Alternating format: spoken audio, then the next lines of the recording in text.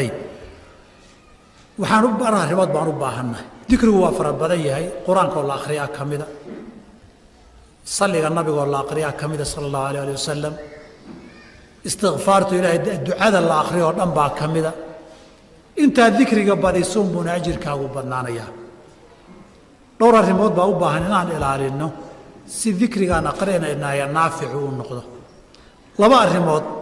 hal aayad baa lagu sheegay ilahi wuxuu yihi wadkur rabbaka fii nafsik tadarucan wa khiifatan wa duuna aljahri min alqawli bilguduwi waalaasaal walaa takun min alghaafiliin ilaahay xus tadarucan adoo qalbigaagu xaadir yahay oo ilaahay inaad xusaysa xasuusan oo carabku dee haddaad wax akhriyaysa waxna aadan ogeyn waxaad akhridina aadan war u haynin sida la rabaa sidaas maaha waa qalbigaagu inuu joogo saa darteed baa aayadda gabagabadeeda walaa takun min alghaafiliin kuwa qalbigoodu maqan yahay ha noqon oo laga yaaba inuu iska akhriyaya subxaana allah u leeyahy laakiin inuu leeyahay aan ogeyn dikriga ilaahay markaad aqriyayso ilaahay xasuusnow qalbigaaguna ha joogo midda labaad hoos ilaahay u xus ha dhawaaqin korna ha u qaydin wixii aan korin loo dhawaaqa loo jidaynin adkaarta qaar baa sharcigu ugu talagalay in lagu dhawaaqo sida aadaanka oo kaleeto sida qofka dadka tukinaya qiraa'ada akhrinaya ama rukuucaya sujuudaya allahu akbar leh oo kaleeto kuwa loogu talagalay baa jira inta kale asalka dikrigu tadarucan wa khiifatan wa duuna aljahri min alqowli waay inaadan dhawaaqin baa la doonayaa saa darteed baa nabigan cala abu muusa alashcari bukhaari iyo keyrkii ka wariyeen inuu soo gaaray saxaabadoo maalin markay meel ka dhaadhacaanna kor u takbiirsanaya ama tasbiixsanaya subxaana allah kor dhawaaqaya markay meel fuulaan safar baa la ahaa ee koran allahu akbar leh wuxuu yidhi warya dhegaysta rabbigaad u yeelaysaan ee dik xusaysaan idinkamana foga mana idinka maqna naftiinna tartiib u tura oo hoos ilaahay dikrigiisa u xusa saa darteed haddii aad kor u qaaddo ama qof hurday baad toosin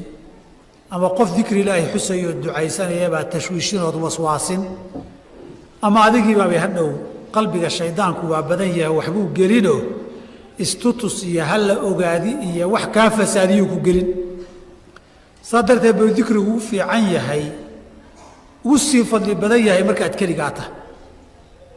oo toddobada carshiga ilaahay harsanaya lagu daray warajulun dakara allaha khaaliyan fafaadat caynaahu qof ilaahay xasuusta iyo nicamkiisa isagoo keligiiah ilaahay iyo abaalku u galay iyo isagu dembigii iyo gaabiskiisa intuu isbarbar dhigay ay cidlo isagoo joogay illin ka timid maa cidlada loo yidhi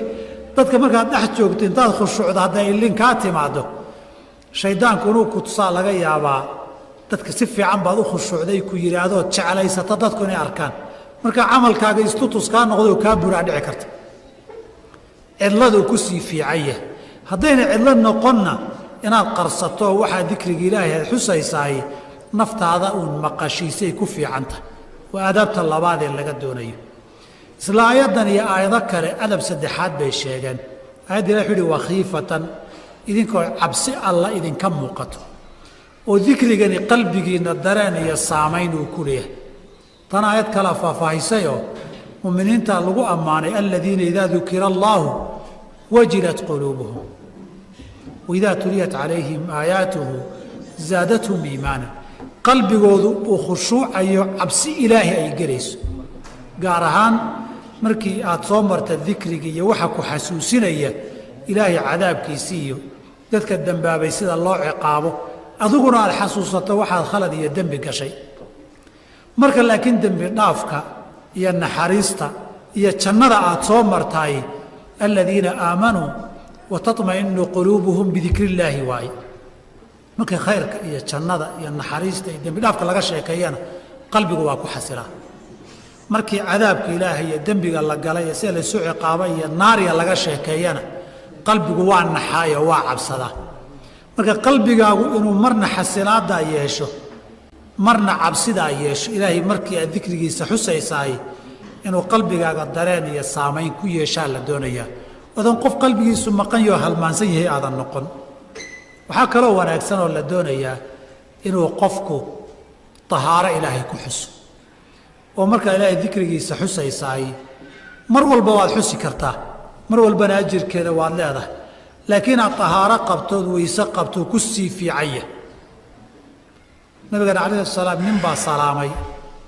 isagoo soo xaajo gutay oo soo baxay nin baa yidhi salaamu calaykum uma jawaabinay intuu dhaafoo meel derbi ciid lahaa gacmaha saaray oo gabagabaystay ama booraystay yidhi wacalaykum assalaam waraxmat ullah kaamaanan aamuusin buu yidhi laakiin waxaan nacayay inaan ilaahay dikrigiisa xuso anaan weyse qabin waa la xusi karaayo yadkuru llaha calaa kulli axyaanihi mar kasta ilaahay waa xusi jiray sax laakiin wuxuu ina barayay inuu ku sii fiican yahay dikriga ilaahay inaad weyse qabto halkaa dikri ilaahay loo weyse qaadanaya maxay ahayd salaan la radinaya wacalaykum assalaam waraxmat ullaahi laleeyahay bahayd waayo wacalaykum assalaam waraxmatullaahi iyo assalaamu calaykum labadaba dikri ajir laga helayo waay adkaarta ajirka laga helo waay saa darteed inaad tahaaro qabtana aad bay u wanaagsan tahay qofku waxyaabaha kale wanaagsan waxaa ka mid a waqtiga awqaadda dikrigu ku sii fiican yahay inaad si gaara ugu sii dadaasho awqaadda habeenka qaybta dambe saxarka la gaaro waqti suxuur marka la soo gaaro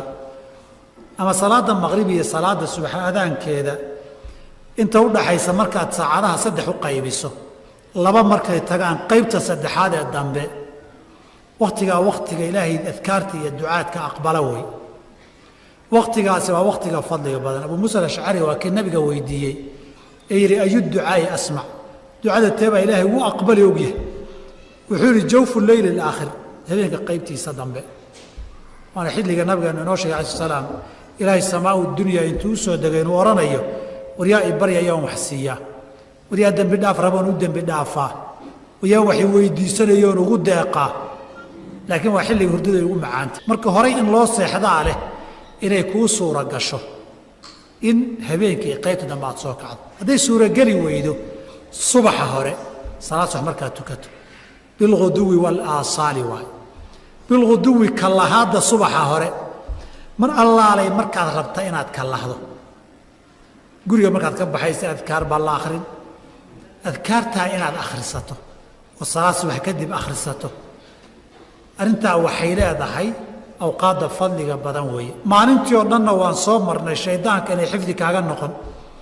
sidoo kale habeenka markuu soo galay maqribkii la gaareed salaadaada tukato tartiib haddaad adkaarta ilaahay tasbiix adkaarta u akhrisatana iyadana habeenkii bay xifdi kuu noqon oo zaad iyo sahay kuu noqon awqaadda fadliga badan salaadaha gadaashooda ka mida faradka ah awqaadda ducada xataa la aqbalo salaadaha faradkaa gadaashooda wey saa darteed baa tasbiixdan iyo subxaan allah la akrinaya waxaa lainoogu jideeyey jannadii dhimashuunbaaba kaa xigta waa kii layna yidhi saynu soo sheegnay salaadaha faradkaa gadaashooda yaan la degdegin durbo bootinta marun duruuf iyo dangaara ku haysa maahane yaan la degdegin wayaa waxaan idhahdaa masaajidda dadka ku tukada khushuucda salaada iyo dikriga gadaasheed ka mida inaad bac kabahaaga ku qaadatood hoostaada dhigataa kugu kaalmayn haddii aad kabaha meelihii la dhigayay dhigto allahu akbar salaada markaad aduu ku imanoo ku dhigo kabihii waa la xadi amaa lagu daba socday gaaraan kaba yar cusub iyo kaba fiican haddaad wadatay salaada markaad salaamu calaykum dhahdo durba salkuu kaa dhawaandhabi shaydaanku intaad taagan tahayna dadkaad jiiriya waad fiirin kabahagii bal qof gacanta ku qaaday oo sii socda inaad aragto nafta unbaaba kaa bixi bacdaada intaad iska laalaabata jeebku wax badan baa ku jire sida telefoonka jeebka ku rida masaajid markaad timaado ilaahay dikriga salaada kadiba ee ajirka badan kabaad meel soo dhigtay yana ku dhaafin bacdaada ku rido hortaada dhigo kaba hortaada ku yaala salaad fiican oo khushuucdayna tuko tartiibna adkaarta iska akhriso dadkii gadaal ka yimidna ha jeerin awqaadda salaadaha faradka gadaashoodana waa ka mid waxaan ku soo gabagabaynayaa culimmada waxay ku daraan qiblada in loo jeedsadana way fiicanta markaad dikriga ilaahay xusayso qiblada inay u jeedsatana way fiicanta oo qibladu salaadana waa lala qaabilaa ducadana waa lala qaabilaa saamaynna qalbiga iyo nafta way ku leedahayoo markii intaad qur-aan akhriyayso ama dikri akhriyayso aad qiblada u jeesataay qalbiga way kaga saamayn badan tahay markaad qorax ka soo baxaya qorax u dhac u jeedo tanaa kaga fiican marka dikriga ilaahay inuu ku dadaalo carabkaaguna dikriga ilaahay inuu barto markaan leenahay qalbigu ha joogo waa sida fiican laakiin macnaheedu ma aha ilaahay ha xusin adoon qalbigaagu joogin ma aha ku dadaal qalbigu inuu joogo laakiin qalbigu hadduusan jooginna intii afkani wax kale uu akhrin lahaa dikri ilaahay iska akhriyo hadduu carabku heesaha barto haddii sakaraadku qabto waxaa laga yaabaa inuu hees bilaabo haddii carabku caytan barto markii sakaraadku qabto waxaa laga yaabaa jidkan uu yaqiinaye isagii un inuu ku cararo caytan bilaabo hadduu qur-aan iyo dikri bartana waxaa laga yaabaa inuu dikrigii iyo qur-aankii iyo jidkii ku cararo